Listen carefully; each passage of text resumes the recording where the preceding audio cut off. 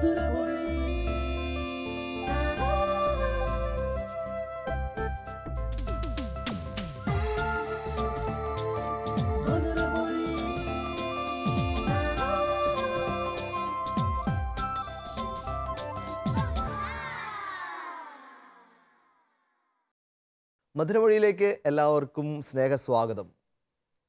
കുടുംബങ്ങൾക്ക് വേണ്ടിയുള്ള Angeles army മിനിസ്ട്രിയുടെ ഒരു സ്വർഗീയ സമ്മാനം മധുരമൊഴി. മധുരകരമായ സംസാരങ്ങൾ, കൂടെ വന്നിരിക്കുന്ന കുടുംബത്തിൽ നിന്നും ഒപ്പമുള്ള സംഭവങ്ങളിൽ നിന്നുമുള്ള സ്വർഗത്തിൻ്റെ അനുഭവങ്ങൾ എല്ലാം നമുക്ക് ചേർത്ത് മധുരകരമായ അനുഭവം ഇത് തരുന്നു എന്നറിയുന്നതിൽ തീർച്ചയായും ഞങ്ങൾക്ക് സന്തോഷം. ഇന്ന് നമ്മോടൊപ്പം ഉള്ളത് ബഹുമാനപ്പെട്ട ജോർജ് ഗ്ലോറിയ ചേട്ടനാണ്. ജോർജ് ചേട്ടനെ മധുരമൊഴി എപ്പിസോഡിലേക്ക് സ്നേഹപൂർവ്വം സ്വാഗതം ചെയ്തുകൊള്ളുന്നു.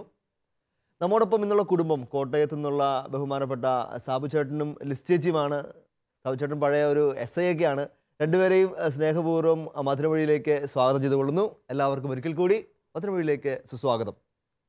വർഷങ്ങൾക്ക് മുമ്പ്, ഏകദേശം 7-8 വർഷങ്ങൾക്ക് മുമ്പ് ഞാൻ ഡിഗ്രി പഠിച്ചിരുന്ന സമയത്തുണ്ടായ ഒരു നല്ലൊരു അനുഭവമുണ്ട്. എപ്പോഴും മനസ്സിൽ കുളിർമ നൽകുന്നൊരു അനുഭവമാണ്. എല്ലാവരും ഡിഗ്രി പഠിക്കുമ്പോൾ ഫൈനൽ ഇയർ ആവാൻ നോക്കിയിരിക്കും. പരീക്ഷ എഴുതാൻ വേണ്ടിയല്ല, മറിച്ച് കോളേജിൽ നിന്ന് ടൂർ പോകാൻ വേണ്ടി. ഫൈനൽ ഇയറിൽ ടൂർ ഒരു വലിയ സംഭവമാണല്ലോ. ഇപ്പോൾ ഒരു ഓൾ ഇന്ത്യ ടൂറൊക്കെ സംഘടിപ്പിക്കും. അപ്പോൾ അതുപോലെ 3ാമത്തെ വർഷം അവസാനമായപ്പോൾ ഞങ്ങളുടെ ക്ലാസ്സിലും ഭയങ്കര ഡിസ്കഷനൊക്കെയാണ്. എങ്ങോട്ട് ടൂർ പോകണം. കുറേ പേര് പറഞ്ഞു ബാംഗ്ലൂർ, മൈസൂർ, കുറച്ച് പേര് പറഞ്ഞു നമുക്ക് ട്രെയിനിൽ പോകാം, ബസ്സിൽ പോകാം, ചിലർ വിമാനം കയറി നമുക്ക് ഡൽഹി പോകാം. അങ്ങനെ ഭയങ്കര ചർച്ച നടക്കുകയാണ്. അപ്പോൾ ബോർഡിൽ മുഴുവൻ സ്ഥലങ്ങൾ എഴുതുന്നു, റൂട്ട് എഴുതുന്നു, പൈസ എഴുതുന്നു, വൺ ഡിസ്കഷൻ 5000, 6000, 7000 പല തുകകളൊക്കെ എഴുതുന്നു. ആൾക്കാരൊക്കെ ഭയങ്കര ആക്റ്റീവ്ലി പാർട്ടിസിപ്പേറ്റ് ചെയ്യും. ഒരിക്കലും ക്ലാസ്സിൽ വരാത്തവരൊക്കെ അന്ന് കൃത്യമായിട്ട് ക്ലാസ്സിൽ കയറി വളരെ ലിസൺ ചെയ്തിരിക്കുന്നു, അഭിപ്രായങ്ങളൊക്കെ പറയുന്നു. അപ്പോൾ ഞാനാണ് ചർച്ച മുൻപിൽ നയിച്ചുകൊണ്ടിരുന്നത്. അപ്പോൾ ഞാൻ നോക്കിയപ്പോൾ ഏറ്റവും പുറകിലായിട്ട് 2 പെൺകുട്ടികൾ മാത്രം യാതൊരു താല്പര്യമാണ് ഇതിരിപ്പുണ്ട്. ഇതൊന്നും ഇവരുടെ കാര്യമേ അല്ലെന്ന രീതിയിൽ ഒരു ചർച്ചയിലും പങ്കെടുക്കുന്നില്ല, അഭിപ്രായം പറയുന്നില്ല. അപ്പോൾ ക്ലാസ്സിൽ അത്രയും സംസാരിക്കുന്ന പിള്ളേരൊന്നും അല്ല.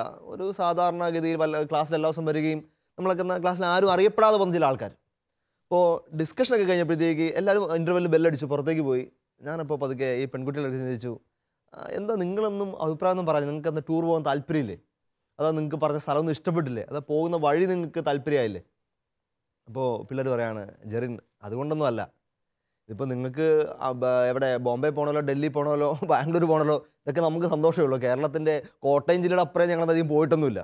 പക്ഷേ ഇതെവിടെ പോകണമെങ്കിലും 1000-ൻ്റെ 3-4 നോട്ടെങ്കിലും മിനിമം വേണമല്ലോ. ഇത് പറ്റാത്തതുകൊണ്ട് ഞങ്ങളതിനെപ്പറ്റി ചിന്തിക്കുന്ന പോലെ. പിന്നെ അഭിപ്രായം പറയുന്നതിന് എനിക്കിത് കേട്ടപ്പോൾ ശരിക്കും സങ്കടം തോന്നി. 3 വർഷം നമുക്ക് സ്വാഭാവികമായി ആദ്യം ഒരു സങ്കടം തോന്നുമല്ലോ. 3 വർഷം കൂടെ പഠിച്ചിട്ട് ഈ പാവപ്പെട്ട പിള്ളേരുടെ അവസ്ഥയാണെന്ന് പോലും എനിക്ക് മനസ്സിലാക്കാൻ കുറ്റബോധമൊക്കെ തോന്നി. ഒരു ബ്രദർ ആയിരുന്നിട്ട് എനിക്ക് മനസ്സിലാക്കാൻ പറ്റില്ലല്ലോ. അപ്പോൾ ഞാൻ എൻ്റെ അടുത്ത 1-2 സുഹൃത്തുക്കളോടൊക്കെ സംസാരിച്ചു. നമുക്ക് എങ്ങനെയെങ്കിലും ഇവരെ നമ്മളൊരു ധാർമ്മിക ഉത്തരവാദിത്തം കൊണ്ടുവരുമല്ലോ, എങ്ങനെയെങ്കിലും കുഞ്ഞുങ്ങളെ ടൂർ കൊണ്ടുപോകണം, അവർ അവസാന വർഷത്തിൻ്റെ ഒരു അടിപൊളിയൊക്കെ അനുഭവിക്കണമല്ലോ. അങ്ങനെ ഞങ്ങൾ എന്നിട്ട് ഇങ്ങനെ ആലോചിച്ചപ്പോഴത്തേക്ക് ഞങ്ങളുടെ ക്ലാസ് ടീച്ചർ ഭയങ്കര ഒരു സെയിൻലി ഫിഗറായ സാറായിരുന്നു. പുള്ളി പറഞ്ഞു, നിങ്ങളൊന്നും പേടിക്കൊന്നും വേണ്ട, പൈസ ഞാൻ തന്നോളാം, 2 പേരോടും പോരും, ഞാൻ എല്ലാം റെഡിയാക്കോളാം എന്ന് പറഞ്ഞു. അപ്പോൾ അത് അവർ പോലും അറിയണ്ട, ഞാനാ തരുന്നത്, എല്ലാം ഞാൻ തന്നോളാം എന്ന് പറഞ്ഞു. അപ്പോൾ ഞങ്ങൾ ബാക്കി ആരോടും അറിയിക്കാതെ തന്നെ ഞങ്ങൾ 1-2 പേര് മാത്രമേ അറിഞ്ഞ് പിള്ളേരെ ടൂറിനൊക്കെ വന്നു. ടൂറിന് പോയി ഞങ്ങൾ കുറേ സ്ഥലത്തൊക്കെ ഇറങ്ങി അവസാനം കോയമ്പത്തൂർ തിരിച്ചു പോരുന്ന രാത്രിയാണ്. പിറ്റേ ദിവസം രാവിലെ കേരളത്തിലെത്തും. അപ്പോൾ അന്ന് രാത്രി കോയമ്പത്തൂർ ഒരു 10 മണിയൊക്കെ ആയപ്പോൾ അവിടുത്തെ വലിയ ബസാറിലൊക്കെ ഞങ്ങൾ ലാസ്റ്റ് ഷോപ്പിങ്ങിനോട് ഇറക്കി വിട്ടേക്കാണ്. ഈ പിള്ളേർ 2 പേരും പോകുന്നുണ്ട്. അപ്പോൾ ഇതിനിടയ്ക്ക് സാർ എന്നെ വിളിച്ചിട്ട് ആദ്യം പറഞ്ഞ ഞങ്ങൾ ക്ലാസ് വെച്ച് വിളിച്ചിട്ട് കുറേ പൈസ എടുത്തുകൊണ്ട് വരും, മോനെ അവർക്കൊണ്ട് കൊടുത്തേക്ക്, അവർ ഷോപ്പിംഗ് ഒക്കെ നടത്തട്ടെ. ഞാൻ ഈ മനുഷ്യർ വീണ്ടും സൂചിച്ചു, ഇത്രയും നന്മയുള്ള മനുഷ്യരൊക്കെ ചുരുക്കാണല്ലോ എന്ന് കരുതി. ഞാൻ ഒന്നും അറിയാതെ ഈ പിള്ളേരെ കയ്യിൽ പൈസയൊക്കെ കൊടുത്ത് മക്കളെ പോയി ഷോപ്പിംഗ് ഒക്കെ നടത്തിയിട്ട് പോകാമെന്നൊക്കെ പറഞ്ഞ് കുറച്ച് പൈസയൊക്കെ കൊടുത്തു വിട്ടു. അപ്പോൾ കുറച്ച് കഴിഞ്ഞപ്പോൾ എല്ലാവരും ഷോപ്പിംഗ് തിരിച്ചു കയറുമ്പോൾ ഈ പെൺപിള്ളേർ 2 പേരും കൂടി ഒരു പർട്ടിക്കുലർ തുണിക്കടയിൽ നിൽപ്പുണ്ട്. അപ്പോൾ ഞാനത് വഴി സമയമായി പോകാമെന്ന് പറഞ്ഞ് കയറാൻ വിളിക്കുമ്പോൾ അവർ പറഞ്ഞു, അതെ ഇവളുടെ ചേട്ടന് വേണ്ടി ഷർട്ട് എടുക്കണം, അതുകൊണ്ട് ഒന്ന് സഹായിക്കുക. അപ്പോൾ ജെറിനാകുമ്പോൾ ആണല്ലോ, ഒന്ന് മനസ്സിലാക്കാനൊക്കെ പറ്റുമല്ലോ. അപ്പോൾ എനിക്ക് ഏറ്റവും ഇഷ്ടപ്പെട്ട ടീഷർട്ടൊക്കെ എടുത്ത് തപ്പി എടുത്തിട്ട് പ്യൂമയുടെ ടീഷർട്ടൊക്കെ എടുത്ത് പിള്ളേർക്ക് കൊടുത്തു കഴിഞ്ഞ് ഞങ്ങൾ 3 പേരും കൂടി തിരിച്ച് ഒരു ഇരുട്ട് വഴിയൊക്കെ നടന്ന് ബസ്സിലേക്ക് കയറുകയാണ്. തൊട്ടടുത്ത് എത്തിയപ്പോഴത്തേക്ക് ആ പെങ്കൊച്ചി ഒരാളെൻ്റെ തോളിൽ തട്ടി പറഞ്ഞു, ജെറിൻ ഇത് ഞങ്ങളുടെ സമ്മാനമാണ് എന്ന് പറഞ്ഞിട്ട് അവർ ഞാൻ മേടിച്ചു കൊടുത്ത, ഞാൻ സെലക്ട് ചെയ്ത് കൊടുത്ത ഏറ്റവും നല്ല ടീഷർട്ട് എടുത്ത് എൻ്റെ കയ്യിൽ തന്നു. ഇത് ജെറിന് ഞങ്ങളുടെ സ്നേഹസമ്മാനം, ഞങ്ങൾ അനിയത്തിമാർ 2 പേരുടെ സ്നേഹ സമ്മാനമാണ് എന്ന് പറയുകയാണ്. ഈ കോളേജിൽ 3 വർഷം പഠിച്ചിട്ട് ആരും ഞങ്ങളിങ്ങനെ മിണ്ടിയിട്ട് പോലില്ല. എനിക്കിത് കുറ്റബോധം ഇരട്ടിപ്പിച്ചു. എന്നിട്ട് പിള്ളേർ കരഞ്ഞു.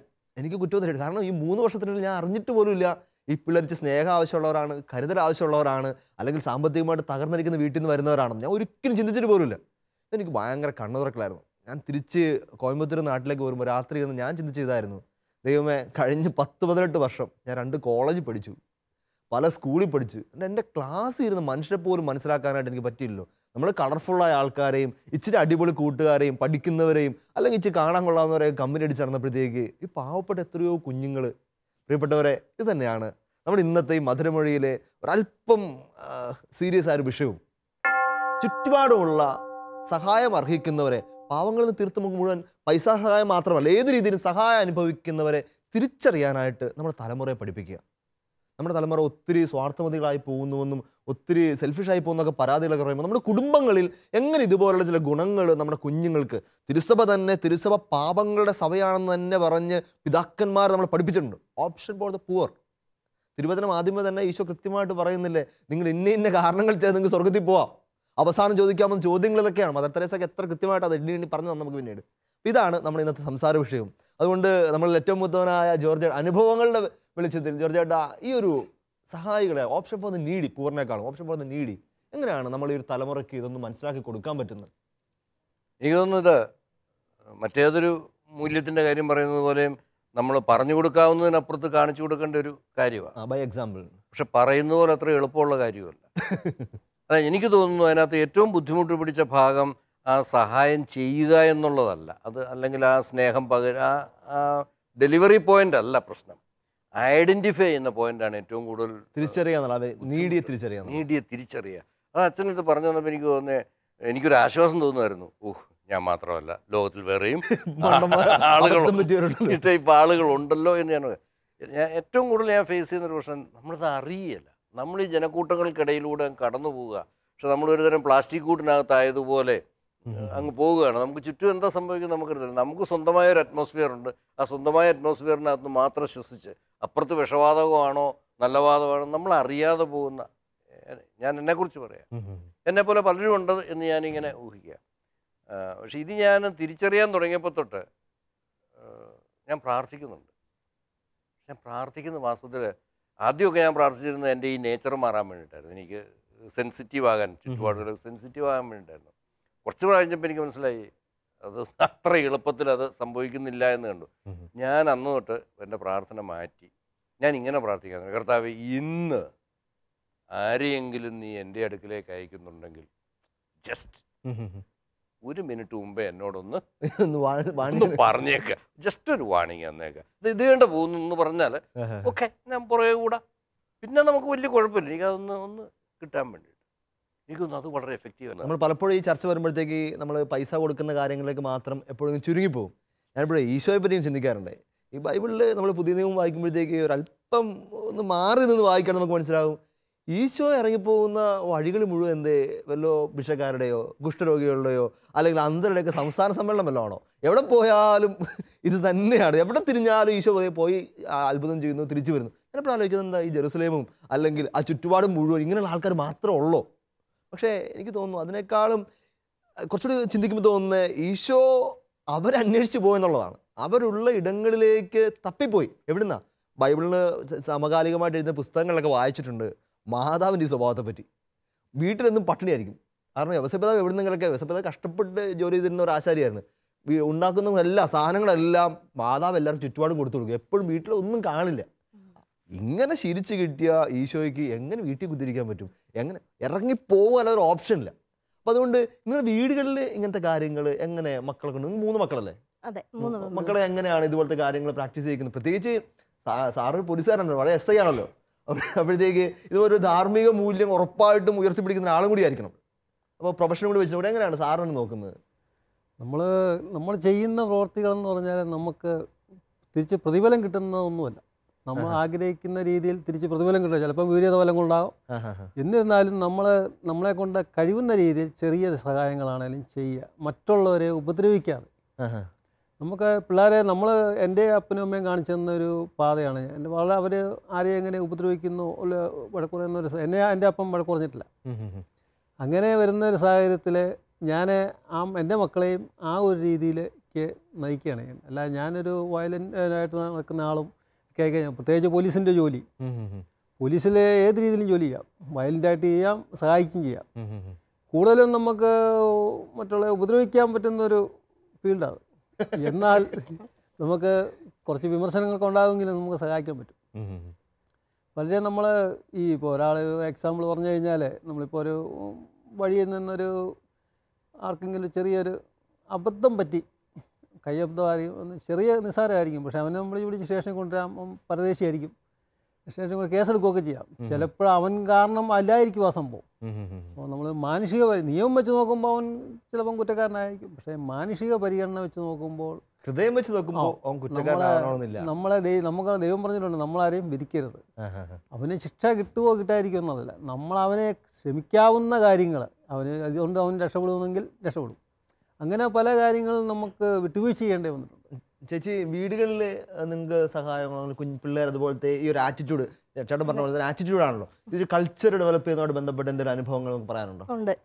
ഉണ്ട്. ഞങ്ങൾ ഈ എൻ്റെ പപ്പ തന്നെ റിട്ടയർമെൻറ്റ് എടുത്തപ്പം പ്രത്യേകിച്ച് വോളണ്ടറി റിട്ടയർമെൻറ്റ് എടുക്കുമായിരുന്നു. അപ്പോൾ ആദ്യം തന്നെ പറഞ്ഞ് ഫംഗ്ഷൻ പറ്റത്തില്ല, ഒരു ഫംഗ്ഷനും 10 പൈസ മുടക്കി നമ്മൾ ചെയ്യുന്നില്ല, എനിക്കത് ഒരു ഫംഗ്ഷൻ നടത്തിയില്ല. ആ പൈസ ചിലവാകുന്ന പൈസ കണക്ക് കൂട്ടിയിട്ട് അതിന് നമ്മൾ ഇതുപോലെ പാവപ്പെട്ടവർക്ക് എന്ന് പറഞ്ഞാൽ അനാഥ മന്ദിരങ്ങളിൽ ഞങ്ങൾ തന്നെ ഫുഡ് ഉണ്ടാക്കി കൊടുത്തു, ഞാനും മക്കളും പാവും ഹസ്ബൻഡും കൂടി. അപ്പം അങ്ങനെ അത് ഞങ്ങൾ ആ വെക്കുന്ന ഭക്ഷണം അവർക്കൂടെ കൊടുക്കാം. ഞങ്ങൾ തന്നെ, എൻ്റെ മക്കളും അതിന് മുൻപിൽ നിൽക്കും, ഭയങ്കര താല്പര്യമാണ് അവർക്ക് ഇത് ചെയ്യാൻ. അപ്പോൾ അതൊരു നല്ല ഇതായിട്ട് തോന്നി. അപ്പം നമ്മൾ കുറേ പേര് പരാതിയൊക്കെ പറഞ്ഞു ഞങ്ങൾക്ക് ഇത് തരേണ്ടതായിരുന്നു, പക്ഷേ ഇതറിഞ്ഞപ്പോൾ അവർക്ക് ഭക്ഷണം കഴിച്ച് മടുത്തിരിക്കുന്നവർക്ക് കൊടുക്കുന്നതിലും നല്ലത് ഭക്ഷണം കഴിക്കാൻ ആഗ്രഹിക്കുന്നവരുണ്ട്, അങ്ങനെ ചെയ്യാൻ പറ്റി. വിശന്നിരിക്കുന്നവർക്ക് കൊടുക്കുന്നതും ആയിട്ട് വ്യത്യാസമുണ്ട്. ഞങ്ങളുടെ എൻ്റെ ഇടവകയിൽ ഒരു വീടുണ്ട്, ഒരു വളമംഗലം എന്നാണ്. ഞാൻ വീട്ടുകാർ പറഞ്ഞത് ബുദ്ധിമുട്ടില്ലാന്ന് വിചാരിക്കുന്നു. എൻ്റെ സീനിയറായിട്ട് പഠിച്ച വ്യക്തിയൊക്കെ അവിടെ അച്ഛനാണ്, ഞങ്ങൾ എൻ്റെ കൂടെ തന്നെ അച്ഛനായിരുന്നു CMS. അദ്ദേഹം ഇപ്പോൾ ബ്രസീലിൽ മിഷൻ ചെയ്യാണ്. ഞാനവരുടെ വീട്ടിൽ പോകുമ്പോൾ ഞാൻ അവരുടെ വീട്ടിൽ അച്ഛനെ കളിക്കാൻ പോകുന്നത് ബാല്യം മുതൽ തന്നെ ഒത്തിരി സ്വാധീനിച്ചിരുന്ന അനുഭവമുണ്ട്. ഇവരുടെ വീടിൻ്റെ കയറിച്ചിട്ട് അത്യാവശ്യം വലിയൊരു വീടൊക്കെയാണ്. കയറിച്ചിരുന്ന മുറിയിൽ മിക്കവാറും ഭിക്ഷക്കാരൊക്കെ കാണും. എല്ലാ നാട്ടിലും ഭിക്ഷക്കാരൊക്കെ ഉണ്ടാകും. സ്ഥിരം 3-4 ഫിഗർ ഉണ്ടായിരിക്കുമല്ലോ, ചില മാനസികമായ ബുദ്ധിമുട്ടുള്ളവരോ അല്ലെങ്കിൽ വീട്ടിൽ അങ്ങനെ സ്ഥിരം കുറച്ച് പേര്. പണ്ടൊക്കെ, ഇപ്പോൾ ഒത്തിരി പേര് വന്നു പോകുന്നുണ്ട്, പണ്ടൊക്കെ നാട്ടിൽ 2-3 പേര് ഉള്ളായിരുന്നു. ഞാൻ മിക്കവാറും ഇവരുടെ വീട്ടിൽ ഇവരെല്ലാവരും ഇരുന്ന് ഈ അതിഥികൾ വരുന്ന ഒന്നാമത്തെ മുറിയിലിരുന്ന് ഭക്ഷണം കഴിക്കുന്ന കണ്ടിട്ടുണ്ട്. എനിക്ക് ആദ്യമൊക്കെ ഓക്കോടായിട്ട് ഫീൽ ചെയ്തിട്ടുണ്ട്. ഞാൻ പിന്നീട് കുറേ നാൾ കഴിഞ്ഞപ്പോൾ ആലോചിച്ചു, അതൊന്നൊരു വലിയ, ഞാൻ പറഞ്ഞു മക്കളൊക്കെ തന്നെ കൊണ്ട് കൊടുക്കുന്നു, ആ വീട്ടിലെ അമ്മ തന്നെ വന്ന് നേരിട്ട് വന്ന് ഭക്ഷണം വിളമ്പി കൊടുക്കുന്നു, അവരെ അവകാശത്തോടെ ചോദിക്കുന്നു. ഈ കഴിക്കാൻ വരുന്നവരെ അവകാശം ചോദിക്കുന്നു, അടുത്ത കറി പോരട്ടെ. ഞാൻ അത്ഭുതത്തോടെ ഇതൊക്കെ നോക്കിയിരിക്കുന്നു പണ്ട് കാലങ്ങളിൽ. ശരിക്കും ഇതൊരു അവരതായത് നമ്മൾ പാവങ്ങൾ അന്ന് അവരെ പറഞ്ഞ് മാറ്റി നിർത്തുന്നതല്ല, മറിച്ച് പാവങ്ങളായിട്ട് അവർ പരിഗണിക്കുന്നതിലും അല്ല. എൻ്റെ സഹോദരൻ ആവശ്യമുള്ള ആൾ, കർത്താവ് പറഞ്ഞ പോലെ ചുറ്റുപാടുമുള്ളവർ സഹായിക്കാൻ, ആ ഒരു മനോഭാവം. അങ്ങനെ ജോർജ് ചേട്ടാ, അതുപോലത്തെ ഒരു സംഭവം പ്രത്യേകിച്ച് നമ്മുടെ വീട്ടിലൊക്കെ, നല്ല പഴയ വീടുകളിലൊക്കെ ഉണ്ടായിരുന്നു, ഒരു സഹായം അഭ്യർത്ഥിച്ച ഒരാൾ വരികയാണെങ്കിൽ, പൈസയോ ഭക്ഷണം എന്തായാലും ചോദിച്ചു വരികയാണെങ്കിൽ വീട്ടിൽ നിന്ന് അമ്മമാർ പിള്ളേരുടെ കൈകളിൽ വെച്ച് കൊടുക്കുന്ന ഞാൻ കണ്ടിട്ടുണ്ട്. അതായത് വെല്ലുമിച്ചൊക്കെ ഉണ്ടായാലും വേറെ ആരെങ്കിലും ഉണ്ടെങ്കിൽ എന്നാലും പിള്ളേരെ കൊണ്ട് കൊടുപ്പിക്കും. ഞാൻ ചോദിച്ചിട്ട് അപ്പം അത് അവർ കൊടുത്ത് പഠിക്കണമെന്ന്. അത് അങ്ങനത്തെ ചില മൂല്യങ്ങൾ നമ്മുടെ വീടുകളിൽ ഉണ്ടായിരുന്നല്ലോ. ഇപ്പോൾ എൻ്റെ വീട്ടിലെ കാര്യം ആലോചിച്ച് പറഞ്ഞു കഴിഞ്ഞാൽ, എൻ്റെ അമ്മയുടെ അമ്മ ഞങ്ങളുടെ വീട്ടിലായിരുന്നു. ഞങ്ങൾ അമ്മയെന്ന് വിളിച്ചുകൊണ്ടിരുന്ന വാസ്തവത്തിൽ അമ്മയാണ്, അമ്മച്ചിന്നായിരുന്നു, സ്വന്തം അമ്മ. കൺഫ്യൂഷനായി. വല്യമ്മയാണ്, ഗ്രാൻഡ് മദറിനെയാണ് അമ്മയെന്ന് വിളിച്ചിരുന്ന, അമ്മച്ചിന്നായിരുന്നു എൻ്റെ അമ്മയെ വിളിച്ചുകൊണ്ട്. അപ്പോൾ ആ അമ്മ ഞങ്ങളെ കൊണ്ടൊക്കെ വാസ്തവത്തിൽ അത് അച്ഛനീ പറഞ്ഞ പോലെ തന്നെ ആരെങ്കിലും ധർമ്മക്കാർ വന്ന് ഞങ്ങളുടെ കയ്യിൽ നിന്ന്, അതിനകത്ത് പോയി പിഴപ്പെട്ടു പോയത് ഞാൻ മാത്രമേ ഉള്ളൂ എന്ന് തോന്നുന്നു. ബാക്കിയുള്ളവരൊക്കെ തന്നെ സാമാന്യം ഭേദപ്പെട്ട രീതിയിൽ കൊടുക്കുന്ന ആളുകൾ. എനിക്ക് അത്രയ്ക്ക് അതിലേക്ക് ഇറങ്ങി വരാൻ പറ്റിയില്ല എന്ന് പറഞ്ഞാൽ അഡ്മിറ്റ് ചെയ്യാനും എനിക്ക് മടിയില്ല. എവിടെയോ എനിക്കെന്തോ ഒരു സ്പെല്ലിങ് മിസ്റ്റേക്ക് ജീവിതത്തിലുണ്ട്.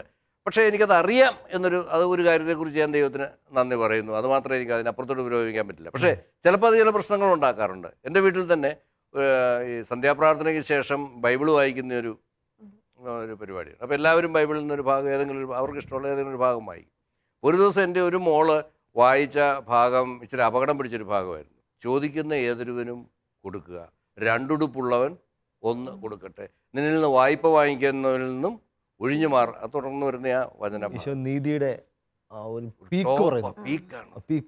ഇത് ഇവള് വായിച്ചപ്പോൾ തന്നെ എനിക്ക് ഉള്ളിലെവിടെയോ ഇതിനു മുമ്പ് ഞാൻ വായിച്ചു കേട്ടിട്ടുള്ളതാണെങ്കിലും ഇപ്രാവശ്യം എനിക്കൊരു എന്തോ ഒരു വിഷമം തോന്നിയായിരുന്നു. കുഴപ്പമൊന്നുമില്ല എന്നുള്ളത് ഞാൻ എന്നെ തന്നെ ശരിയാക്കി ഞാൻ അവിടെ ഇരുന്നു. പക്ഷേ സ്തുതിയെല്ലാം കഴിഞ്ഞിട്ട്, പ്രാർത്ഥന കഴിഞ്ഞ് സ്തുതിയെല്ലാം കഴിഞ്ഞപ്പോൾ ഇവള് ചോദിച്ചു, ഇന്ന് ഞാൻ പ്രാർത്ഥിച്ചത്, ഞാൻ വായിച്ച വചനഭാഗം ശ്രദ്ധിച്ചായിരുന്നോ? ഇപ്പം എനിക്കെല്ലാം മനസ്സിലായി പോകുന്ന line എന്നതാ കാര്യം പിടികിട്ടി. എൻ്റെ ഉള്ളിൽ ശരിയായൊരു സംഘർഷം നടന്നു. കാരണം ഞാൻ ചെയ്യാത്ത, എനിക്ക് ബന്ധമില്ലാത്ത ഒരു വചനഭാഗം ഉദ്ധരിച്ച് പറയുമ്പം അതെങ്ങനെയെങ്കിലും എനിക്ക് ഫേവറബിൾ ആക്കി, അല്ലെങ്കിൽ വചനത്തെ ഒന്ന് ഡൊമസ്റ്റിക്കേറ്റ് ചെയ്യുക, ഇണക്കിയെടുക്കുക, അതിനുള്ള ഒരു മുഴുവൻ ആഗ്രഹവും എൻ്റെ ഉള്ളിൽ ശരിക്കും തളച്ചു വന്നു. പക്ഷേ എൻ്റെ ഉള്ളിൽ അതേസമയം ശക്തമായ ഒരു താക്കീതും വന്നു. നിൻ്റെ മോള് നിന്നോട് ചോദിച്ചിരിക്കുകയാണ്, ഉത്തരം പറയാൻ നീ ബാധ്യസ്ഥനാണ്, അതുകൊണ്ട് നിനക്കതിനുള്ള കൃപയുമുണ്ട്, നീ അത് എക്സസൈസ് ചെയ്യുക, നിൻ്റെ പ്രാഥമിക ഉത്തരവാദിത്തം. പക്ഷെ നിനക്ക് ഞാൻ ഒരു കൺസെഷൻ തരാം, നിനക്ക് അറിയത്തില്ല എന്ന് പറഞ്ഞ് നീ വേണമെങ്കിൽ ഒഴിവായിക്കൂ, പക്ഷേ തെറ്റ് പറഞ്ഞു കൊടുത്താൽ നിന്നെ ഞാൻ വെറുതെ വിടുക. ഇപ്പം എനിക്ക് 2 ഓപ്ഷനേ ഉള്ളൂ, ഒന്ന് അറിയത്തില്ല എന്ന് പറയുക, അല്ലെങ്കിൽ പച്ചയായ യാഥാർത്ഥ്യം പറയുക. ഏതാണേലും തമ്മിഭേദം ഇത് തന്നെയാണെന്ന് വിചാരിച്ച് ഞാൻ പറഞ്ഞു. ഞാൻ പക്ഷെ ആമുഖം ഇങ്ങനെ പറഞ്ഞു, എൻ്റെ മോളെ നിൻ്റെ അപ്പന് ഇന്നോളം അനുവർത്തിക്കാൻ പറ്റിയിട്ടില്ലാത്ത ഒരു വചനഭാഗമാണ്. ജോജേട്ടാ, അത് അതിൽ തന്നെ കുഞ്ഞിന് കാര്യം മനസ്സിലാവും. ഒരപ്പൻ, ഏതെങ്കിലും ഒരു അപ്പൻ മോനെ അല്ലെ മോളെ എനിക്ക് തെറ്റുപറ്റിയെന്ന് അഡ്മിറ്റ് ചെയ്യുകയാണെങ്കിൽ കുഞ്ഞിന് മനസ്സിലാവും എൻ്റെ അപ്പൻ അത്രയും വലിയൊരാളാണ്. അത് തന്നെ മതി ആ അപ്പൻ അതുവരെ ചെയ്ത് കൊടുക്കാഞ്ഞ ഒരു ജീവിതാനുഭവം ആ കുഞ്ഞിന് ഇരട്ടിയായിട്ട് കിട്ടാനായിട്ട് കിട്ടും. അതാണ് അറ്റ്ലീസ്റ്റ് അവൾ വഴിതെറ്റിയില്ല എന്ന് എനിക്കൊരു തോന്നുന്നു. പക്ഷെ ഒത്തിരി വേദന എനിക്കുണ്ടായിരുന്നു പറഞ്ഞു കൊടുക്കാൻ വേണ്ടിയിട്ട്. പക്ഷെ ഇത്ര ഞാൻ പറയും, എന്നിട്ട് മോളെ ഞാൻ പറഞ്ഞു, കൂടുതൽ വ്യാഖ്യാനിക്കുന്നതാണ്, നീ വായിച്ചതൊക്കെ തന്നെ പച്ച മലയാളമാണ് കൂടുതൽ പറയാൻ ആവശ്യമൊന്നും. പക്ഷെ ഞാൻ പറഞ്ഞു ആർക്കും പറ്റില്ല. ഞാൻ പിന്നെ ഒരു കാര്യം കൂടെ പറഞ്ഞു, നിന്റെ അപ്പന് പറ്റിയില്ല എന്നുള്ളത് കൊണ്ട് നിനക്കൊരു എക്സ്ക്യൂസ് അല്ല. കാരണം ഞാൻ പോകുന്നിടത്താണ് നീ പോകേണ്ടതെന്ന് എനിക്കറിയത്തില്ല. എന്നെ ഡീൽ ചെയ്യുന്ന പോലെയാണോ നിന്നെ കർത്താവ് ഡീൽ ചെയ്യാൻ പോകുന്നത് എനിക്കറിഞ്ഞുകൂടാ. പക്ഷെ ആർക്കും പറ്റില്ല എന്ന് പറഞ്ഞില്ല. ഫ്രാൻസിസ് അസിയെ പോലെ എത്ര പേര്, പുഷ്പം പോലെ ഇതൊക്കെ പ്രാക്ടീസ് ഒരാളല്ല, എത്രയോ പേര് സഭാചാരത്തിലുണ്ട്. നീ അതിലൊരാളല്ലെന്ന് എനിക്കറിയാൻ പറ്റില്ല എന്ന് പറഞ്ഞ് ഒരു തരത്തിൽ പറഞ്ഞാൽ ഞാൻ കൈ കഴുകി, പക്ഷെ വേറൊരു തരത്തിൽ പറഞ്ഞാൽ ഞാൻ തെറ്റ് പറയാതെ രക്ഷപ്പെട്ടു. എനിക്കൊന്ന് പിള്ളേരെ നമ്മൾ അങ്ങനെയും ചിലപ്പോൾ എല്ലാം പെർഫെക്റ്റ് ആയിട്ട് നമ്മൾ പിള്ളേരെ വളർത്താൻ പറ്റുമെന്ന് എനിക്ക് തോന്നുന്നു. കുഞ്ഞുങ്ങൾക്ക് കൊടുക്കാവുന്ന എല്ലാ സാഹചര്യങ്ങളും അത് ഓപ്ഷൻസ് കൊടുക്കാന്നുള്ളതാണ്. അത്ര മാത്രമേ. അടുത്തിടയിലൊരു മരിച്ചടക്കിന് പോയപ്പോഴത്തേക്ക് എന്നെ പണ്ട് കാലത്ത് കോളേജിൽ പഠിപ്പിച്ച ഒരു അധ്യാപകനെ ഞാൻ കണ്ടുമുട്ടി. കുറേ നാൾ ഞങ്ങൾ ഭയങ്കര സുഹൃത്തുക്കൾ, ഞാൻ കെട്ടിപ്പിടിച്ചൊക്കെ സ്നേഹിക്കുന്ന രീതിയിലുള്ള സുഹൃത്തുക്കളായിരുന്നു. അപ്പോൾ മറ വീട്ടിൽ കണ്ട് ഞങ്ങൾ ഓവയിലൊക്കെ അത് പുള്ളി ഓടി ഒന്നിടാ മോനെ എന്നൊക്കെ പറഞ്ഞാൽ കെട്ടിപ്പിടിച്ച് സ്നേഹിക്കുകയൊക്കെ ചെയ്തു.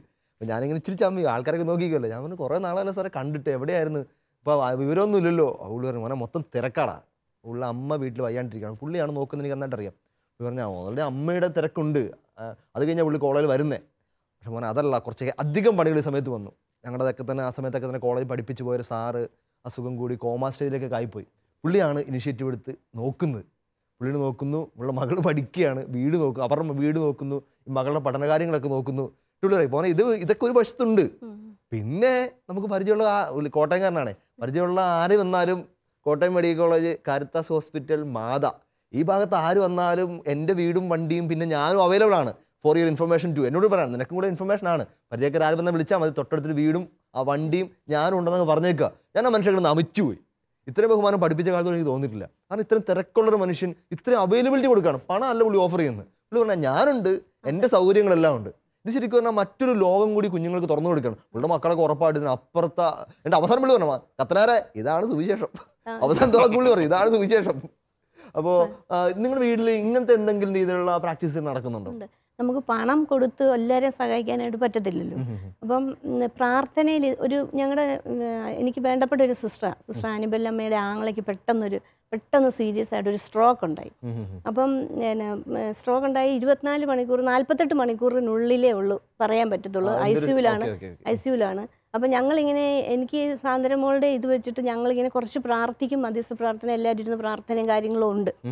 അപ്പം ഞങ്ങളോട് പെട്ടെന്ന് വിളിച്ചു പറഞ്ഞു സാഡനായിട്ട് പ്രാർത്ഥന ആവശ്യമുണ്ട്, ഇപ്പം തന്നെ പ്രാർത്ഥിക്കണം, കാരണം ഇതാണ്, ഒന്നുകിൽ തളർന്നു പോകും അല്ലെങ്കിൽ ആളെ കിട്ടത്തില്ല, അതിൽ നമുക്കത് ആങ്ങളേനെ തിരിച്ചു വേണം. അപ്പം എൻ്റെ മക്കളും ഉണ്ട്, ഞങ്ങൾ അവിടെ തന്നെ നിലത്തോട്ട് അങ്ങോട്ട് ഇരുന്ന് പ്രാർത്ഥിക്കുക, എല്ലാവരുടെ കയ്യെ പിടിച്ചിരുന്നു, എൻ്റെ മക്കളും ഞാൻ കയ്യെ പിടിച്ചിരുന്നു, കൊന്ത ചൊല്ലി പ്രാർത്ഥിച്ചുകൊണ്ടിരുന്നപ്പോൾ പെട്ടെന്ന് ഇങ്ങനെ പറഞ്ഞു, ഞാൻ പറഞ്ഞു മോളെ നമ്മൾ എന്നും ഇങ്ങനെ പ്രാർത്ഥിക്കുമല്ലേ, പ്രാർത്ഥിക്കാം, നമുക്ക് എന്തെങ്കിലും ഒന്ന് ചെയ്തുകൊണ്ട് പ്രാർത്ഥിക്കാമെന്ന് പറഞ്ഞു. അപ്പോൾ എനിക്ക് ഈ ഭിക്ഷക്കാർക്ക് ഇച്ചിരി ചോറ് കൊടുത്താൽ കൊള്ളാമെന്ന് ആഗ്രഹമുണ്ട്, പക്ഷേ അതങ്ങോട്ട് തുടങ്ങാൻ പറ്റുന്നില്ലായിരുന്നു. അപ്പോൾ പെട്ടെന്ന് ഇത് ഞാൻ പറഞ്ഞു നമുക്ക് ഈ ചോറ് കുറച്ച് ചോറ് ഭക്ഷണം കൊടുക്കാം, ഈ ചേട്ടന് വേണ്ടി നമുക്ക് കുറച്ച് ഭക്ഷണം കൊടുക്കാം, ആ ഒരു നിയോഗം വെച്ചു. ഓക്കെ. അപ്പോൾ പെട്ടെന്ന് തന്നെ ചൊവ്വാഴ്ച ദിവസം അന്തോണീസിൻ്റെ നൊവേനയുണ്ട് നാമ്പടപ്പള്ളി, അവിടെ ഭയങ്കര തിരക്കാം. അപ്പോൾ അവിടെ കുറേ പേരുണ്ട്, ഒരു 12 പേർ എന്തായാലും ഉറപ്പായിട്ടും ഉണ്ട്. അപ്പം നമുക്ക് ചോറ് കൊടുത്തേക്കാം. ശരി, എൻ്റെ പിള്ളേർക്കത് ഭയങ്കര സന്തോഷം. അപ്പോൾ അവർ പെട്ടെന്ന് തന്നെ നമുക്ക് ചോറ് കൊടുത്തേക്കാന്ന് പറഞ്ഞ് ഞങ്ങൾ പിറ്റേ ദിവസം ചൊവ്വയാണ്.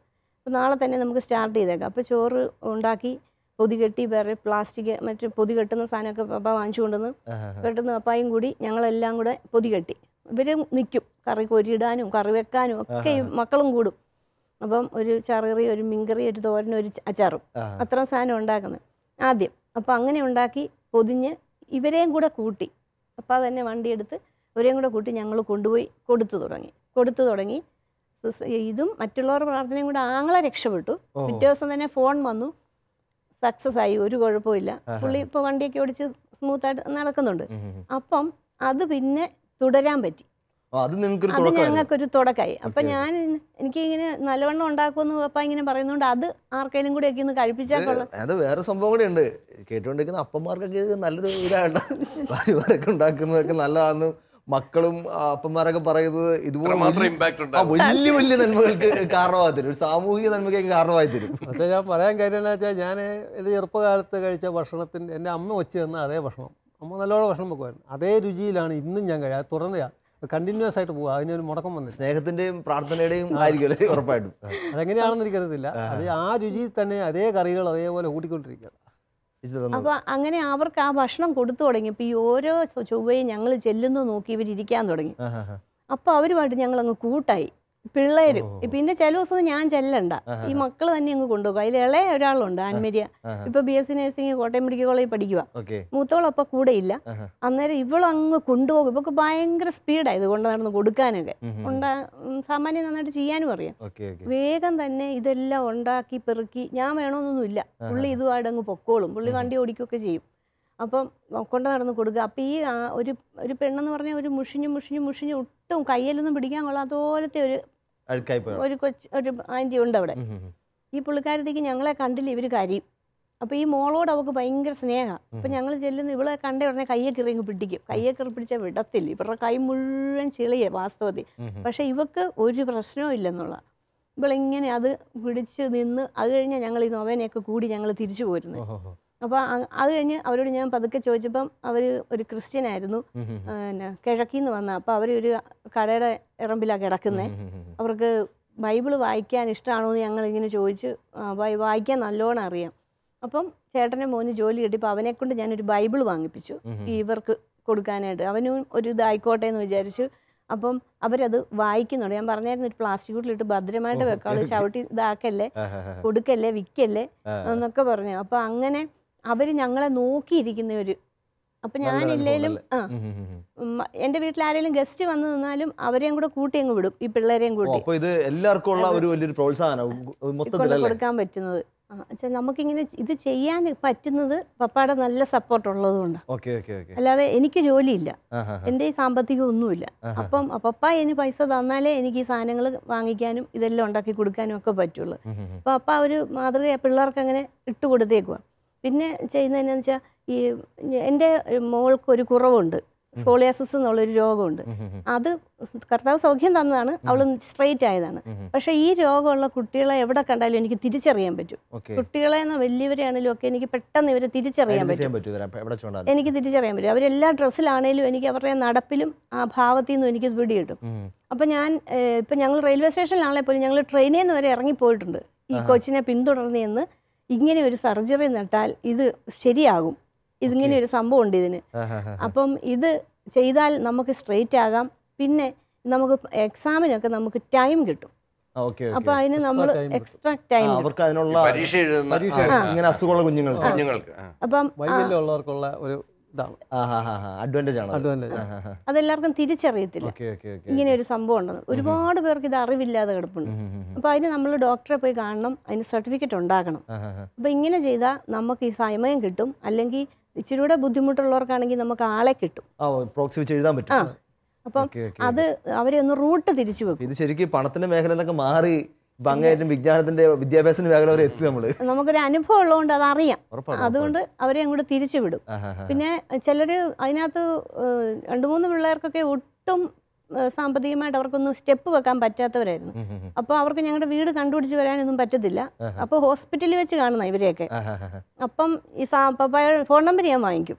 എന്നിട്ട് ഞങ്ങൾ ആദ്യം പോകാനുള്ള വണ്ടിക്കൂലി അത്ര ഞങ്ങൾക്ക് പറ്റുള്ളല്ലോ. അമൃത ഹോസ്പിറ്റലാണല്ലോ ഇതുള്ളത്, അപ്പം അങ്ങടാ വിടണ്ടേ. അപ്പം പപ്പയുടെ കയ്യിൽ നിന്ന് ആ വണ്ടിക്കൂലി അത് വാങ്ങിച്ച് പപ്പ തന്നെ ജില്ലാ ഹോസ്പിറ്റലിൽ വരാൻ പറയും. അവിടെ ആണല്ലോ നമ്മളെ കണ്ടിടം. അപ്പം കൊണ്ടുപോയി കൊടുത്തോളൂ. അപ്പോൾ ആണെങ്കിലും കൊണ്ടുപോയി കൊടുത്താൽ അവരെ ഫസ്റ്റ് ചുവട് അങ്ങോട്ട് തിരിപ്പിച്ച് വിടും. പിന്നെ അവർ പോയി പിന്നെ ഈ ഇന്ന സ്ഥലത്തൊക്കെ ചെന്നാൽ നിങ്ങൾക്ക് സഹായം കിട്ടും. അത് വെച്ച് ലക്ഷങ്ങളുടെ 3 ലക്ഷത്തിന് മുകളിലായതാണ് ഞങ്ങളുടെ സർജറിക്ക് അന്ന്, ഇത്രയും വർഷങ്ങൾക്ക് മുമ്പ്. പിന്നെ സ്കൂളിലെ പിള്ളേർ, എൻ്റെ നാട്ടിലുണ്ടായിരുന്നു കുറച്ച് പിള്ളേർ ഇതുപോലെ, അവർ സ്കൂളിൽ സർട്ടിഫിക്കറ്റ് ഉണ്ടാക്കിയിട്ടില്ല. അപ്പോൾ അവരൊക്കെ സാധാ കൂലിപ്പണിക്കാരൊക്കെ, അവർക്ക് ഇതിനെപ്പറ്റി വിവരമില്ലായിരുന്നു. അപ്പോൾ ഞാൻ അവരോട് ഇന്ന് പറഞ്ഞു കൊടുത്ത് ഇങ്ങനെ നമുക്ക് സൈക്യാട്രിയുടെ വിഭാഗത്തിൽ ഇതിന് പോകണ്ടേ. അപ്പോൾ അതിന് ചെല്ലാൻ എല്ലാവർക്കും മടിയാണ്. എന്ന് വെച്ചാൽ സൈക്യാട്രിയുടെ റൂമിൻ്റെ വാതിൽ ജില്ലാ ഹോസ്പിറ്റലിൻ്റെ വാതിലൊക്കെ പോയി നിൽക്കുമ്പോൾ നമ്മുടെ നാട്ടുകാരൊക്കെ തന്നെ കാണും. ഞാൻ സാന്ദ്രയും എൻ്റെ മോളെയും കൊണ്ട് ഞാൻ നിന്നിട്ടുണ്ട്, അതുകൊണ്ട് എനിക്ക് അറിയാം. അപ്പോൾ എൻ്റെ ഒരു ഫ്രണ്ട്, നല്ലൊരു ഫ്രണ്ട് ഉണ്ട് സുജ. അപ്പോൾ സുജയെ ഞാൻ വിളിക്കുമ്പോൾ സുജയെ സൈക്യാട്രിയുടെ വാതിക്കില്ല എന്നൊക്കെ പറയുമ്പോഴത്തേക്ക് സുജ എൻ്റെ അടുത്ത് പറഞ്ഞു തരും, ഈശോയെ ഇവിടെ നിർത്താൻ പറ്റിയതിനെ ഓർത്ത് സ്തുതിച്ചോളാം, നന്ദി പറയാൻ പറ്റും. അല്ലെ എന്നെ കൊണ്ട് ഇവിടെ നിർത്തിയല്ലോ എന്ന് ഓർത്ത് ഒരിക്കലും വിഷമിക്കല്ലേ, എനിക്ക് അവിടെ വന്ന് നിൽക്കാൻ പറ്റിയതിനെ ഓർത്ത് സ്തുതിച്ചോണ്ട് അവിടെ നിന്നോന്ന് പറയും. അപ്പം ഞങ്ങൾക്കത് അസാധ്യമായ കാര്യം, ഞങ്ങൾക്ക് കിട്ടിയ കാര്യം അത്. അപ്പം ആ കുട്ടികളെ വിട്ട് അവർക്ക് സർട്ടിഫിക്കറ്റ് ഉണ്ടാക്കാൻ പറ്റി. ഒരു സ്കോളർഷിപ്പ് കിട്ടി, സ്കോളർഷിപ്പ് കിട്ടുന്നുണ്ട്. പിന്നെ ഇനി അവർക്ക് എക്സാമിന് ഒരു ഹെൽപ്പ് കിട്ടും. ഇച്ചിരി പഠന വൈകല്യമൊക്കെയുള്ള പിള്ളേരാണ് ഇവര്. നമുക്ക് അവരെ തിരിച്ചറിയാൻ പറ്റുന്നത് എനിക്ക് ഈ പഠന വൈകല്യം ഉള്ള ആളെ കണ്ടാൽ അറിയാവുന്നതുകൊണ്ട്. അപ്പൊ അങ്ങനത്തെ കുറെ കാര്യങ്ങൾ നമുക്ക് ചെയ്യാൻ പറ്റുന്നുണ്ട്. ഇതിനകത്തൊക്കെ എന്നാന്ന് വെച്ചാൽ ഇതിനകത്ത് അടിസ്ഥാനം എന്ന് പറഞ്ഞാൽ നമ്മുടെ ചെറുപ്പകാലത്ത് നമുക്ക് അനുഭവിച്ച ദാരിദ്ര്യങ്ങൾ, നമുക്ക് പണത്തിനുള്ള ബുദ്ധിമുട്ടുകൾ, ആ ഒരു ബുദ്ധിമുട്ട് നമ്മൾ അനുഭവിച്ചിട്ടുണ്ട്. ദാരിദ്ര്യമാണ് ഒരുത്തിനെ എങ്ങനെയായാലും നന്നാക്കുന്നത്. അത്രയും വലിയ അനുഭവമില്ല. തിരിച്ചൊക്കെ പറഞ്ഞു കേട്ടിട്ടുണ്ട് കേട്ടോ, ദാരിദ്ര്യമാണ് ഒരുത്തനെ എല്ലാ കള്ളനമാക്കുന്നതെന്നും നന്നാക്കുന്നത്. ആ ഒരു രീതിയിൽ പോകുമ്പം അത് സഹായിക്കാൻ ആളുള്ള ചിലപ്പം കള്ളനാകാതെ പോരും. അപ്പം നമ്മൾ അന്ന് അനുഭവിച്ച കാര്യങ്ങൾ ഇന്ന് നമുക്ക് ഒരാളെ സഹായിക്കാൻ പറ്റുമെങ്കിൽ നമുക്ക് കിട്ടാൻ പോയൊരു സഹായം. ഇത് പറഞ്ഞു എനിക്ക് പെട്ടെന്ന് ബൈബിളിലെ ഒരു ഇതുമായിട്ട് ചേർന്ന് പോകുന്ന പോലെ എനിക്ക് തോന്നുന്നു. ഈ ഒരു അനാഥ ഭർത്താവ് വിധവയുടെ മകന്റെ ശവശരീരവുമായിട്ട് പോകുന്ന ഒരു ഘോഷയാത്ര യേശുവിന്റെ മുമ്പിലൂടെ കടന്നു, ആരും പറയാതെ ആരും ചോദിക്കാതെ ആരുടെയും റിക്വസ്റ്റ് ഇല്ലാതെ യേശു നേരെ ചെന്ന് ചെയ്യുന്ന അത്ഭുതങ്ങൾ ചുരുക്കം ചില അത്ഭുതങ്ങളിൽ ഒന്നാണിതെന്ന് എനിക്ക് തോന്നുന്നു. നേരെ ചെന്ന് ആ ശവമഞ്ചത്തിൽ തൊട്ടിട്ട് അവനെ ഉയർപ്പിച്ച് കൊടുത്തു വിടുക. അതിനെക്കുറിച്ച് ഒരു ചിന്ത ഞാനിങ്ങനെ കേട്ടിട്ടുണ്ട്. ഈശോയ്ക്ക് എങ്ങനെ അത് തിരിച്ചറിയാൻ പറ്റി? ഈ അമ്മയുടെ ആവശ്യം ഇതാണ്, ഇപ്പോൾ ഇവനെ ഉയർത്തെഴുന്നേൽപ്പിക്കുക എന്നുള്ളതാണ് ഞാൻ ചെയ്യേണ്ട കാര്യം എന്ന് തിരിച്ചറിയാൻ. അതിനെക്കുറിച്ച് പറയുന്നത് ഞാൻ കേട്ട ഒരു ചിന്ത, എനിക്ക് വളരെ അട്രാക്റ്റീവായിട്ട് തോന്നിയ ചിന്ത ഇതാണ്.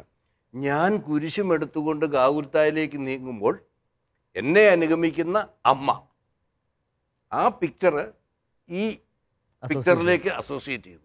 അപ്പോൾ ഈശോയ്ക്ക് എന്താ ചെയ്യേണ്ടതെന്ന് അറിയാം. എനിക്ക് തോന്നുന്നു നിങ്ങളുടെ ഈശോയ്ക്ക് വരാനിരിക്കുന്ന കാര്യത്തെക്കുറിച്ച് നിങ്ങൾ ജീവിതത്തിൽ സംഭവിച്ച കാര്യം തീർച്ചയായിട്ടും നമ്മൾ ഈ പറഞ്ഞ ഇവരുടെ അനുഭവങ്ങൾ ജോർജേട്ടൻ പറഞ്ഞതോ ഇതൊന്നും ആയിരിക്കില്ല നമ്മുടെ ചുറ്റുപാടുള്ള അനുഭവങ്ങൾ. നമ്മൾ ഒന്നിനു വേണ്ടി തമ്പുരാനോട് പ്രാർത്ഥിക്കേണ്ട ആവശ്യമുള്ളൂ.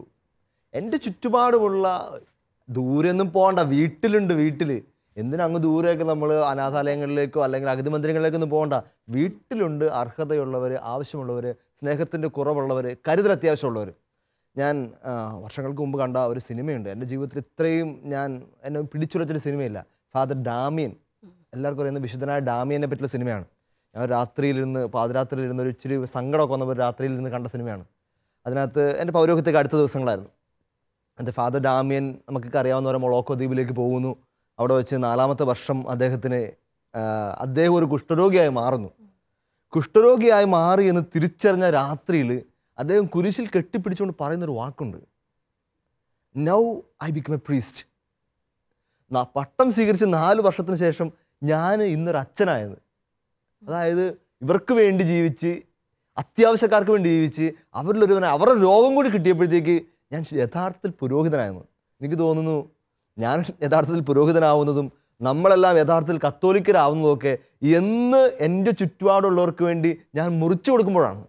എൻ്റെ ഇല്ലായ്മകളുടെയും എൻ്റെ കുറവുകളുടെയും മധ്യ നിന്നിട്ട് ഇതെൻ്റെ ശരീരമാകുന്നു, ഇതെൻ്റെ രക്തമാകുന്നു എന്ന് കർത്താവ് പറഞ്ഞതുപോലെ എനിക്കുള്ള സോഴ്സുകളും എൻ്റെ പണമാണ് നിർബന്ധം, എൻ്റെ സമയമാവാം, എൻ്റെ സൗഹൃദമാവാം, എൻ്റെ സ്വാധീനമാവാം, എന്ത് തന്നെയാണേലും ചുറ്റുപാടുള്ളവർക്ക് വേണ്ടി മുറിച്ചു കൊടുക്കുമ്പോഴാണ് യഥാർത്ഥത്തിൽ ക്രിസ്തു പിറക്കുന്നത്. ഈശോ അതാണ് പറഞ്ഞത്, ചുറ്റുപാടുകളിലേക്ക് പോവിൻ, എൻ്റെ സഹോദരങ്ങളിലേക്ക് തിരിവിൻ. അങ്ങനെയല്ല, കുരിശ് മുകളിലേക്ക് പോകുന്ന ദൈവത്തിലേക്ക്, തിരിച്ച് കരം ഭൂമിയിലേക്ക്, എല്ലാവരിലേക്കും ആകാൻ വേണ്ടിയിട്ട്. അതുകൊണ്ട് പ്രിയപ്പെട്ടവരെ, ഈ ഒരു രാത്രി നമ്മുടെ ഈ കുടുംബത്തോടെ ഇരുന്നപ്പോഴത്തേക്ക് ഇത് നമ്മുടെയൊക്കെ ഒരു നല്ല തീരുമാനമായി മാറട്ടെ. എൻ്റെ വീട്ടിൽ, എൻ്റെ ചുറ്റുപാടിൽ, അയൽപക്കങ്ങളിൽ, എൻ്റെ സൗഹൃദങ്ങൾക്കിടയിൽ, എൻ്റെ ക്ലാസ് റൂമിൽ, എൻ്റെ ഓഫീസിലൊക്കെ എൻ്റെ സഹായം കൊണ്ട് മാത്രം രക്ഷപ്പെടേണ്ട ചില ആൾക്കാരുണ്ട്. എൻ്റെ കൈവപ്പ് കൊണ്ട് മാത്രം ആശ്വാസം സ്വീകരിക്കേണ്ട ആൾക്കാരുണ്ട്. എൻ്റെ ഒരു കൂട്ടുനിൽപ്പ് കൊണ്ട് മാത്രം സൗഖ്യം സ്വീകരിക്കുന്ന ആൾക്കാരുണ്ട്. എൻ്റെ സ്നേഹത്തിൻ്റെ ഒരു വാക്ക്, ഒരു തലോടൽ കൊണ്ട് മാത്രം രക്ഷയുടെ അനുഭവം ക്രിസ്തുവിനെ കിട്ടേണ്ട അനേകരുണ്ട്. അല്ലെങ്കിൽ ഞാനൊരു ക്രിസ്ത്യാനി ആവുന്നില്ല, ഞാനൊരു പുരോഹിതനാവുന്നില്ല, നമ്മളൊന്നും യഥാർത്ഥ ക്രിസ്തു വിശ്വാസരാവുന്നില്ല. പ്രിയപ്പെട്ടവരെ, ഇത്ര നല്ല തീരുമാനങ്ങൾ രാത്രിയാവട്ടെ. നമുക്കൊന്ന് ചേർന്ന് കുടുംബം ഒന്നിച്ച് പ്രാർത്ഥിക്കാം. ഈശോയെ, നീ ഭൂമിയിൽ ഞങ്ങളെ സൃഷ്ടിച്ചു വിട്ടപ്പോൾ നിനക്ക് ഞങ്ങളെപ്പറ്റി വലിയൊരു പദ്ധതിയുണ്ട്. നിങ്ങൾ ലോകത്തിൻ്റെ അറ്റം വരെ പോയി സുവിശേഷം പ്രഘോഷിക്കാൻ അങ്ങ് ആവശ്യപ്പെട്ടത് ഞങ്ങളെല്ലാവരും സുവിശേഷം എടുത്തുകൊണ്ട് എല്ലാ നാൽക്കവലകളിലും പോയി നിന്ന് ഉറക്കെ വചനം പ്രഘോഷിക്കണമെന്ന് മാത്രമല്ലല്ലോ, മറിച്ച് ഞങ്ങളുടെ ജീവിതങ്ങളിലൂടെ, ഞങ്ങളുടെ ജീവിത സാഹചര്യങ്ങളിലൂടെ, ജീവിത അനുഭവങ്ങളിലൂടെ അനേകർക്ക് നിന്നെ പകർന്നു കൊടുക്കണമെന്നുള്ളതാണല്ലോ. ആദിമസഭ മുഴുവൻ വളർന്നതും തമ്പുരാൻ അങ്ങനെയാണല്ലോ.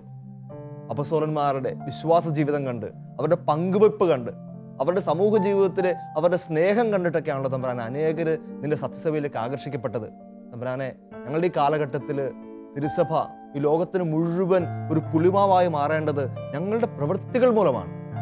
തമ്പുരാനോടുള്ള സ്നേഹത്തോടെയുള്ള ഞങ്ങളുടെ പ്രവൃത്തികൾ മൂലം ചുറ്റുപാടിലും ഞങ്ങളുടെ മുമ്പിൽ നിൽക്കുന്ന എല്ലാവരും, കൈനീട്ടി നിൽക്കുന്ന എല്ലാവരും, അർഹതയുള്ള എല്ലാവരും തമ്പുരാനെ അത് ഞങ്ങളുടെ ഉത്തരവാദിത്തമാണ് തിരിച്ചറിയാൻ. ഔദാര്യം അല്ല തമ്പുരാനെ, ഞങ്ങളുടെ ഉത്തരവാദിത്തമാണ് തിരിച്ചറിയാൻ ഞങ്ങൾക്ക് നിന്റെ ഹൃദയം തരണമേ, നിന്റെ കരുണയുടെ ഹൃദയം തരണമേ.